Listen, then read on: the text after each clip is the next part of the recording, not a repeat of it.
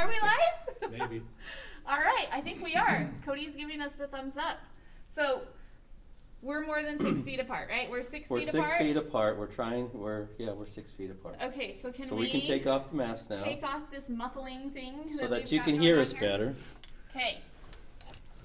We'll try not to get snuggly. We would never get snuggly. You know my wife's watching this, right? That's good. So welcome, guys, to our Facebook Live. We're going to be trying to do this a lot more often. So Garden Guys and Gal here. You want to introduce yourselves real quick? JD. Sheridan. Of course, they stuck the girl in the middle, right? Well. So we were talking earlier about our roles here, and Sheridan drives the bus. We're just in the back messing around and sleeping half the time. You would admit that on a Facebook Live. Wait, when we go on travel trips, I'm always in the back of the bus. Wait a minute. And you two are always up front. Yeah, it's better than, because I've been with JD when he's car sick. It's not a good thing. All right. Well, we're talking about seed starting today. We're getting very close to being wanting to start our warm season crops, and it's different for JD. And he was mentioning this. Not in ways you're thinking, but I live up in Cache Valley, and so I actually came down in a snowstorm today. Our last frost date is about 2 weeks later than you guys. Right. So JD was like, it's way too early. And I was like, no, it isn't. We're just so close. But I've been taking calls for a month about when can I start seeds. And I've been trying to calm people down saying, easy. Hold on. Because a lot of these vegetables. That's kind of odd for you to be the one saying, easy. You know what? We'll talk later. But a lot of the vegetables are actually 4 to 6 weeks from seed to putting in the garden. Right. So you kind of have to look at when your last frost date is, and then go backwards. Right. And for us, along the Wasatch Front on this side, it's around Mother's Day, and usually just a little bit earlier. So if you're watching really carefully, you might be able to get your plants out a few days earlier, maybe even a week if we have a really nice warm spring. But for you, like you said, it's going to be two weeks later. So you're the end of May, beginning of June. Right. But I think the important thing here is what you said earlier is look at your last frost date. Doesn't matter where you're living at this point. Just look at when your average last frost date is and then count back from there. Right. So whether you're living in Denver or wherever it is, it's all going to be the same. Yeah, you can easily calculate it. So it's time to get started, and it's time to have fun, and there's some things we should probably talk about because, I mean, it is. Well, a lot of people want to do this, and I think, Sheridan, you're the one that pointed out that people always ask, well, I want to save money. I want to grow my own plants. So last year, I bought all the seed, all the containers, and the soilless media mix, and it was an $80 to $100 venture. And then after I grew everything, I started too early, so maybe that's why I'm a little tentative this year. JD has to learn the hard way. I do. School of hard knocks here. But then I was holding on to the plants for so long, some of them died. Right.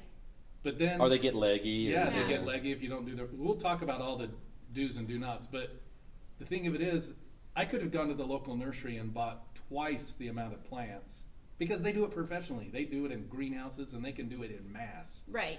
So you're not saving money. Well, it's either it's you're buying all the equipment so you can do the labor yourself, or you're going to pay for somebody else's labor to do it for you. And you kind of have to decide, what do you want? Well, I know what I want. That's why he's on that end. That's why I'm a director. You go do this. But I will say, I grow stuff indoors because it's therapy. It is therapy, and it feels really good to get out in the soil and get things going. And if you have kids, growing things from seeds is just magical for them, and it's a way to really get kids interested in outdoors and gardens and plants. So if you're trying to get your kids in the garden, this is a great thing to do, I think, from the mom perspective. Oh, it is. I would agree. Yeah. So let's talk about some of the things that we need and some of the stuff we need to do. So let's start from the beginning. As if I'm a novice at this, what am I going to do? Right, and if you guys have questions, type them in the comments, and Cody, our camera guru and all things technology guy, is standing by behind the camera. He's not bad at golf either. Yeah, he's not bad at golf either. I'll give him that. Share I with drive the cart. I do Okay. not call. Well, how come I don't get a call? them. Never mind. We'll Just never mind. we'll talk later. So Cody will be happy to shout out your questions to us as you have questions. So please type those in because we would love to answer those. So the first thing you're going to need, well, I always even step even further back. The first thing you're going to need is light, but we're going to talk about that At the end. at the end. So right now, if you're going to go down and you're going to say, this is going to be a hobby of mine, I'm going to start doing this. I tell people go and you can go down to your local nursery and get trays to put your plants in. Plus you can get what we call inserts of different sizes, little plants where you can grow your plants basically. Right. And you can get these, you can order them by the case and get a couple hundred, but most people just go down to their local nursery and they sell them in packs of 10 or something like that. Right. And this is what you're going to be planting in, and it's much better than trying to plant everything. I've seen people try to plant them in pots and things, and start small. Start small, and you can always bump up is what we call it, right? Yeah, you can, and you can even start bumping up from here. Mm-hmm. And so and the other thing is make sure they have drainage. So these all inserts have drainage, the flat has drainage, and then, and I know this is going to surprise you, but when I've done this in the past, I always made sure that they also sell a plastic, I can't remember what it's called, but something to set this in so I don't get the table wet. Okay. Because that causes problems with spouses. Just letting you know. Not mine, though. Do you want to talk about causing problems with spouses? No. Every year when we start seeds for the Botanical Center, my garage gets completely taken over and my husband gets kicked out. So I'm lucky I'm still married. Yeah. Well, and some people will try to save money and do like Dixie cups and all that approach. But if you do the math, you're really not. No, it's not these that aren't much more that cost expensive. Right. And these 2-inch, 4-inch pots you can clean and use again. Just make sure that you're using Clorox solution that cleans them and gets all the viral, bacterial problems that you're going to have. So like a 10% to water. Yeah, ratio? that's Just a really usually light bleach. what I do. Don't get it on your clothes. Just, You have a lot of life lessons. oh, you have no idea. And then the other thing that I normally tell people is you're not going to put your soil from your garden out in these. That's not going to work. The best thing is get a really loose soil. And this seed starter, it's also for cuttings, but that's what you want. Right. Something that's really fine. And it's really...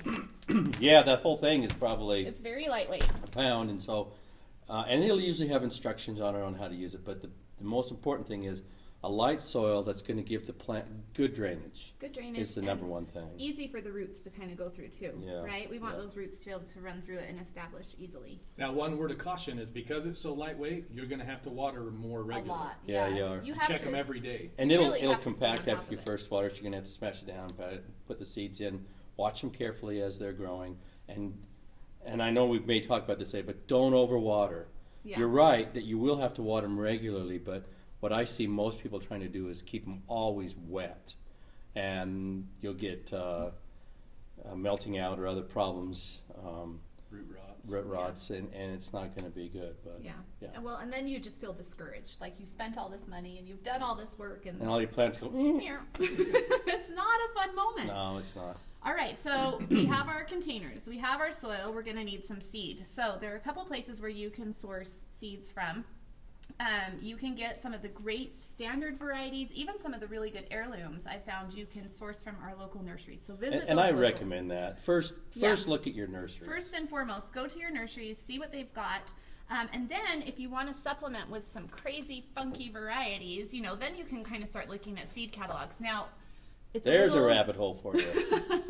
It's getting a little late to order from an online source because they may be sold out of things. And I know that this year has been a record-breaking year, even more so than last year for a lot of our seed companies. So some even said, okay, we're done. Some have kind of shut their doors, but it's kind of hit and miss. So you might have to check a couple of different seed places if you're trying to source things from online.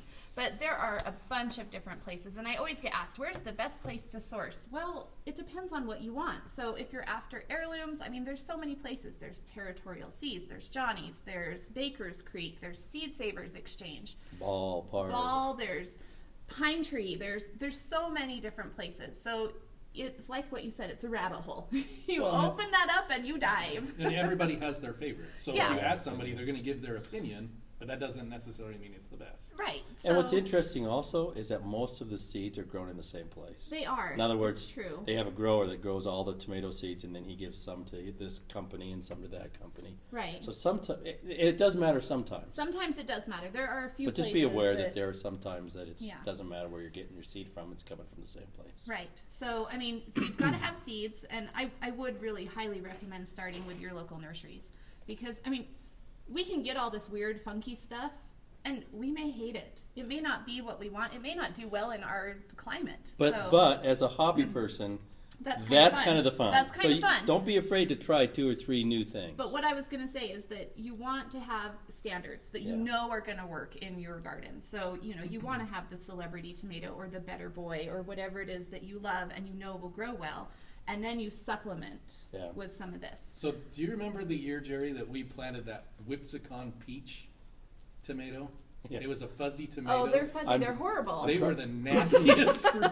I'm trying to forget those days. Those were- Thanks for bringing that up. I don't like fuzz on my tomatoes. Maybe on the peaches, but not the tomatoes. Okay, wait, I we do better remember stop that, there. Judy. I remember a few other experiments too, but we're not going to go down that road. But it is fun to try new stuff. It is. Yeah, it is. All right, so when I have my seeds, first I need to figure out when to start them. So, like we said, you don't want to start too early because we're going to run into problems. And JD makes so much fun of me. Look at him. He's just going to make fun of me. This is the difference between JD and I. So, go ahead. I think he is OCD and he thinks I'm OCD. That's bad too. Go ahead and explain your And then process. there's me. Okay, so and I did a little Garden Guys and Gal video on this, which you guys can go back and find. But I make a nice little spreadsheet of everything I'm going to grow. I go back and I figure out that plant date. So I count backwards from my last frost date. And I put it all in here, and then I sort it by date. So then I have a to-do list, and I can just go down by date and You can get sort everything. it really nice. Yes, that way, yeah. I can sort it really easily, and I know that on the 3rd of March I have 6 different plants to start. So there is that. So I've got that kind of Why figured don't you show out. them your Yeah, what's JD's method? method? So literally, What is today?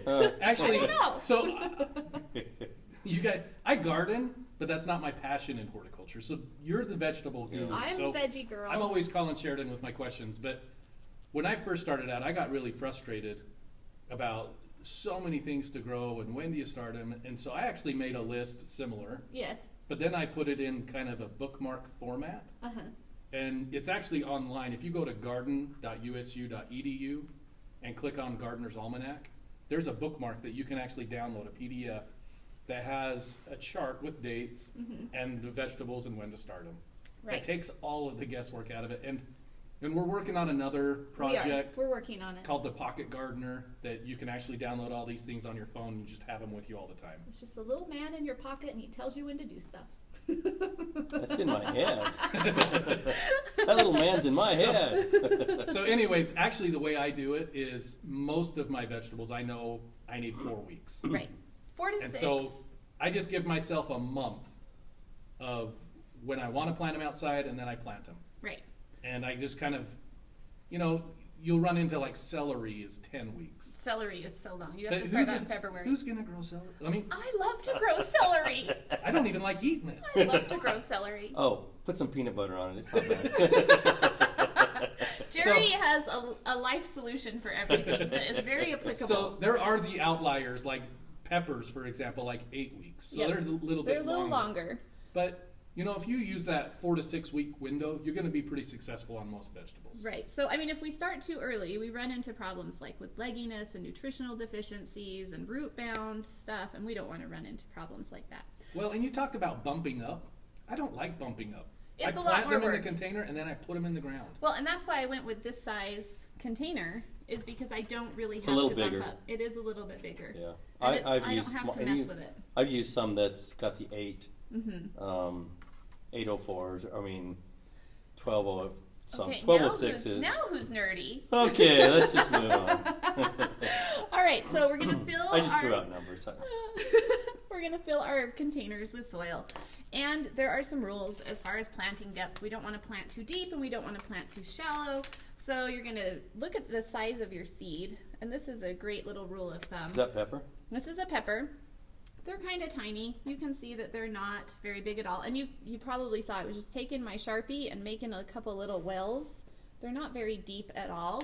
So I'm going to go 2 times deeper than the width of my seed. So that's not very deep at all. I'm just going to be just barely under the surface of the soil. But I'm going to put that down in the well, and I'm going to, Cody's going to come up here so you can see what I'm talking about. So I'm going to put my seed down in that little well, and I'm just going to kind of backfill just a little bit. So that's a big mistake people make, is they put them too deep. And then when that seed starts to germinate, it runs out of energy before it hits the light. Yeah, it really struggles. It's got to have that light in order to create a good plant. It's got to be able to have some carbohydrate building. This pepper's called Puma? This one's called Puma. This was really hot. I took this one to KSL yesterday, and we were looking up how hot it was. And it's like hotter than a habanero. So don't rub your eyes is what you're saying. Don't rub your eyes. So I promised a couple of the guys down at KSL, if this grows and does well, I'll bring them one and they can eat it on the air. So there you go. I've got one left over. I'm only going to do 2 trays of that. And then one... Okay, so this brings up a good point, too, just real quick. Okay, yeah. Plant what you're going to use. Right. I have a lot of people who will use the whole seed container because they bought it. Right. You can store seeds. You can definitely store seeds. And It's so really use easy what to you do. plant what you're going to use. Plant what you're going to use, plant what you're going to eat, and plant what you like to eat. A lot of the times, like, we get these weird, funky varieties, and like that fuzzy tomato. Fuzzy tomato. I don't know who thought that up. And Wasn't me. ew. They're not in horticulture anymore. Ew. All right, so we also want to label because we don't want to forget what we've planted. And it can be as simple as popsicle sticks with a Sharpie. It's that easy. And then we're going to water in just very carefully. And I see people water a little too aggressively, so you got to be kind of careful once these seeds are planted. I noticed that even in your office you have a little watering I do. container that's very slow. Yep. I like it. I Really have one slow, that I really can pump easy. up, Oh, cool. pressurize, and then you just Little bit of mist mist. everything. Nice That's little even mist. better. Because That's great. those big droplets can dislodge those seeds. They can, and we want those seeds to be under there. Now, some seeds need light to germinate, and so you're going to have to do a little research, but most of our vegetables don't have that problem. So, I mean, we're going to put them right down underneath the soil. And then this is a great thing. After you water, we're going to put one of these little plastic domes. You can use saran wrap, too. That works just fine. But this kind of keeps the moisture in, so we don't have to water quite as much, and keeps things going with nice, even kill kind of environment. So I water everything in when I seed. I put the humidome on, and then What was that? I name things. You know, and you guys call me the nerd. And it fits. But then until you see the green little plant, you don't have to water it again. Right. It should retain enough moisture with this on it. You'll actually see condensation oftentimes. And another thing that I've found really good success with even germination is they love warmth. Yep. And so these heat mats, you can't use the one you use on your shoulder. Also experience. Is this like a confessional? This is horticulture religion. But these heat mats are great. They keep the plants about 65, 70 degrees. They keep the soil The there, soil. So Right. it which warms is the from most below. important And thing. and that's what leads to even germination. Yeah. More than anything is the warmth. Right. These are little babies. They like to be warm. Little babies. So heat mats are great. Here you can see some lettuce that Sheridan's been growing. See, I know stuff. I know you know stuff. This I'm is so lettuce. impressed right now. It's not a tree. You know it. But when did you plant these? How long are these? These have been going about 3 weeks. Okay, so in my world, this is ready to put out in It the is. garden. Yep. And they're going to go out in our cold frame in the urban farm demonstration garden after this. So Not at my house because I'd have to scrape the snow away from the soil Right. first. So again, remember your frost date. Because if I have to hold on, if you gave me this tray, I would hate you. yeah, well, you're going to have to really 'Cause, watch it. It's I would got- have to keep them watered every other Yeah. day. And I would- light is going to be critical at this point. And 'cause I would they're just be gonna need a lot of light. babysitting these things, and they would die. Right. Because I'm not a good babysitter. But, I've heard that from your kids. Well, all you got to do is meet them. But the next thing we want to talk about is light. Yeah, Plants have to have light to photosynthesize. they do. And I just like saying photosynthesize because it makes you sound smart. It does make you sound really smart. But, you know, we have this grow unit here. Right. This bank of lights, and they're LED.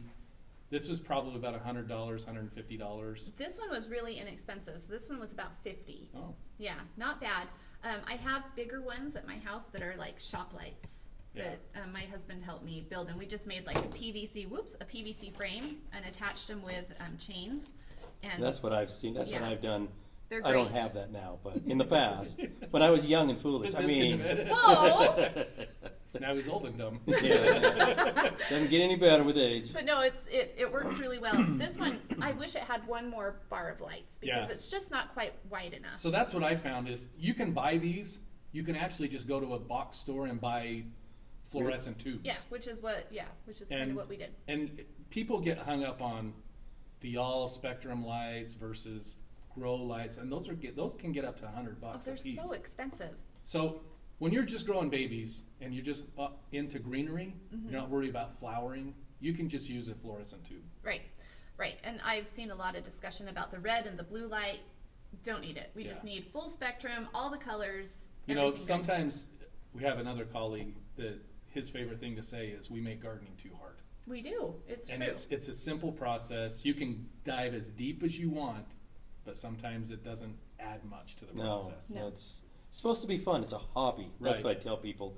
If it becomes aggravating or frustrating, save your money, go to the nursery, buy your That's what I do. I'm at that point in my life where, but why is that funny as a horticulturist? Well, I was just going to say, if it's aggravating, then you probably have a job, like in the horticulture world. Okay. Speaking of confessing. You guys know that did that? Do now. So, talk about light. the one thing that I like is I have mine plugged into a timer. Right. Because the other thing is you want this light low. Right. Right on the plant. 2 to 4 inches away from the plants. We could probably I was going to say, I would probably drop that. I don't know if this is going to work. No, stop it. Have a little faith in me here. I don't. I know you don't. So while you guys are doing that, I've Where had a question come in about the cover. Sheridan, how long do you keep the cover on? Until the plants are up and have their first set of true leaves, then I kind of take it off. I wait for them to have those leaves. What do you do? Is that about the same? When you say true, We should probably You're talk geeking- about what so- true leaves are, huh? Okay, go Yeah. ahead. Sorry, we get No. a little. When you see green, take it off. Yeah. So the first set of green is the seed leaf. seed leaf, which isn't really a leaf. It's something else. Yeah. All right. I won't. It's called a. Oh, never mind. So, Speaking of making horticulture hard. and then after those little seed leaves, you'll get what's called the true leaves, and they actually are the shape of what the leaves will be when they grow up, right? So that's what we're looking for when we see that first set of for real leaves. Then you can pull that And off. I pull it off. And you put it away. You don't put it back on. No, you don't put it back on because we don't want to trap too much moisture. That's 'cause when then you we get some of the have fungal problems and bacterial problems. All kinds of fun starts to happen that you don't want to have to deal with. So just while they're germinating and up and coming, get those leaves on. Okay. So now that Sheridan Was there another question, Cody? No, it was just two of the same. Okay. So now that Sheridan's lowered this 2 to 4 inches away from the plants, then the other thing to consider is it needs about 12 to 14 hours Right. of duration. So I actually have a timer, little $5 timer I got at the store. Yep. Plug it in, put this into that, and I set the timer to come on from like 5 to 10 p.m. and then that supplement. Well, actually, I put it on 14 hours, not Right. 5 to 10, but I put it on for 14 hours, and then these plants are happy. There's those math skills kicking in. Yeah, we work with plants, not numbers. IR necessarily, educated. right? IR educated. I see that. 9 to 5, 5 to 9, something. There's a 5 and a 9. So, and then, I mean, we really don't need to do fertilizer. No, because those seeds, the magic of seeds is they contain everything that plant needs to Right. grow. To get started. Yeah. To get started. So a lot of people worry about fertilization. I just like using a slow release, little pellets, and I just sprinkle the pellets over the soil, and then I water it. Every time they get wet or warm, they release just a little bit of fertilizer. Right. And that's plenty. Right. And I mean, I wouldn't even, on a short crop like this that's only going to be in a tray for about 3 weeks, I wouldn't even worry about it. Yeah, I was going to say, I don't even until you get it out in the garden. Then I'd add a little bit as I plant. Yeah. But other than that, I mean, unless you're going to be keeping them in those, like you planted too early, then you might run into some nutritional problems, and you really might have to start thinking about fertilization. Well, and it also goes clear back to where Jerry started with the potting mix. Sometimes those potting mix has the fertilizer. Has Right. enough in them, so you just This have one to. does not. No, this one doesn't have anything in it, but some do, and so you kind of have to just read the label. Right. So that is seeds starting in a nutshell. Just quick and easy, and if you really want to get into this and have some fun with it, it's a great thing to do. You've got about, if you're on the Wasatch Front, you've got about 2 weeks to get your supplies gathered before it's tomato starting time. And if you're on the Wasatch Back, you've got a good month. Right? So. But you don't even, I mean, we talk about Utah because that's where we are, but it doesn't matter where you live. You just Right. look at the frost dates. You just look at the frost and just dates. figure out for yourself. And in some places you might be right now needing to go out. And I mean, Right. the further south you go, Right, and I even mean, in like Utah. California, I follow a lot of people on Instagram from California, and their tomatoes that they started, they're ready to go out. So I mean, it's just so different depending on where you are. And you know, the other thing that I tell people is if you're going to do this, start with an easy plant. Yeah, Tomatoes is pretty easy. they are really easy. And yeah, and everybody loves a tomato. Yeah. I mean, that's the number one vegetable grown in a Yeah. home garden is a tomato. So start with something easy. Peppers are not quite as easy. They take a little longer. They're a little slower to germinate. I mean, I did Cold crops is Yeah. another one that people they're nice and cabbages. easy. I mean, I did a winged bean last year, and that was just intense. It had to be wrapped in paper, wet paper towels for 6 weeks in my fridge, and then we had to, well, before I even did that, I had to scrape the seeds with sandpaper so that you could get water into the seeds. It was crazy. You lost me 2 steps. Don't start with that. And it's a bean. Don't do that. I know, and I didn't even get beans on it. It was terrible. I was like, So- well, we're not growing that again. The other thing that I've learned in starting seeds is there's certain crops that I will start, and others I just direct seed into the garden Right. because, like corn or peas, Yeah. it's kind of redundant to start them indoors because they germinate so quick and they do so well in the Right. garden. Now, there is one advantage to starting one tray of corn or one, a couple of pony packs of corn, and that is I can plant some starts out in the garden, and the same day I can do a seed. And then I've got this crop that's coming a little bit sooner and one right behind it, so I extend my harvest. So that's the only reason why I would start corn just a little bit early in a tray. But other than that, it's great to just direct seed. So, all right. I think we've covered it. If you guys have more questions, you can type them in the comments and we'll try and get back to you that way. But yeah, this is it. You guys go have fun. So, we'll, just to wrap up, we'll be trying to do this about twice a month. Is Yep, that right? about to twice do a a live. month. So if you have questions that you want us to answer, Cody will be taking. So, and he says he has a couple more, but we're hoping that this helps answer questions and gives you a chance of what you should be doing right now in the garden. I'm excited about it myself. Yeah, I think it'll be like good. it. So again, it comes kind of back to that gardener's almanac that we've created. That every month we have chores that you should be doing, and we're going to pick topics off of that. So next month is March, Right. and that's the, I'm sorry. Next that week wasn't is the March. question. Boy, nothing gets by you, JD. You know what? He I'm woke gonna up stay today. He's doing good. I'm going to stay up in Logan. Next month is March, so we're going to be talking about pruning fruit trees. We are. We're going to hit the pruning hard and heavy. Oh, people, that freaks them out. Yeah. So- And you know what? I love don't it. think it's anything to get freaked out about. No, it's anger management to Yeah. me. And trees are resilient. You really can't mess it up. So we're going to be talking a lot of pruning, and we're going to try and do like an every other Friday kind of thing. So make sure you guys are tuning in. We're happy to answer questions, and this is a great way for you to get a hold of us and get some feedback from So us. Cody has a couple questions. Yeah. Yeah, so one of them's about the heat mats. How long do you keep the plants on the heat mat, and where do you get it? Oh, so you can source those from Anywhere. anywhere. Like your local nurseries should have them. If they sell the seed starting supplies, Normally they'll they'll usually have have them. the heat mats as well. And you can get them in different sizes. Yeah, I was going to say we that have. one's tiny. Yeah, that one's just for one flat, but we have them up at the greenhouse where we can fit six. Six I mean, if you're flats, really yeah. into this, we can put six. The problem with that is they're all the same temperature. Right. Sometimes I like these little ones because some seeds don't like to be as warm as other seeds. Very So, true. And you only leave them on until they're about this size. Yeah, Right.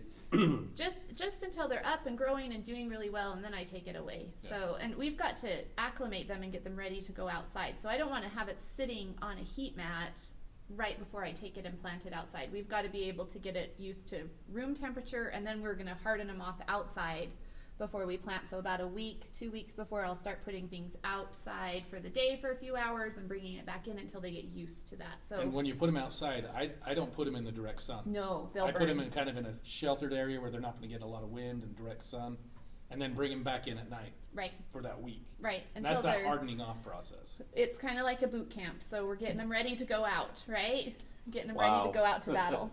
I'm learning so much. You're learning so much. Okay, well, thanks for watching. Oh, we have one more question. Well, there's a few, but this one's been on here for a little bit. He says that she has bought soil several times, ended up hatching black flies. Is there a solution to get rid of the black flies? So yeah. So Go ahead. normally what I would tell you is it's not in the soil. They're probably somewhere else. I don't know if you have house plants or you have other things, but typically if you get a good brand of starting soil, that isn't the problem. That's not where they're coming from because it's dry. They have to have moisture. And the best thing that I have found is just starting clean with everything and making sure your plants are in a place where they're not near any house plants. Get them off on their own, start fresh, clean everything up. And you don't won't have overwater. And don't overwater, yeah. And when they get up to this size, I make sure that they have a drying period. They do. So yeah. that Yeah. because those fungus gnats. gnats, what you're talking about, those fungus gnats have to have moisture. And so if you dry it out, water it, then you're going to break up that cycle and you're not going to have near the problem with it. That's even true with houseplants. Right, and another little trick that I've learned with fungus gnats, particularly with houseplants, is you can take a little layer of perlite. It's that white, fine, rocky stuff that you find in the mix like this. You can buy it just on its own. And then we will put that, just a nice fine layer on top once your seedlings are up, and that will prevent the gnats from kind of nesting and getting down Into the soil. Yeah, soil. that's a good idea. Yeah. They are annoying. Were there other questions, Cody? There's a few other ones. We can answer those in the chat. Okay, we'll answer in the chat. if you So, like the time. yeah, so thanks everyone for watching. Make sure you're tuning in. Cody will put an event so you know when they're coming, when we're going to be live, and we really appreciate you guys tuning in and talking with us. Yeah, You'll send me those invites, right? maybe. I also say these Why will- start now? these He will just be shows up. recorded and saved on our Yes, page. and they will be recorded and saved on our Facebook page, so you can always go back and rewatch and find things there. So thanks, guys. Go get seeds starting, and happy gardening.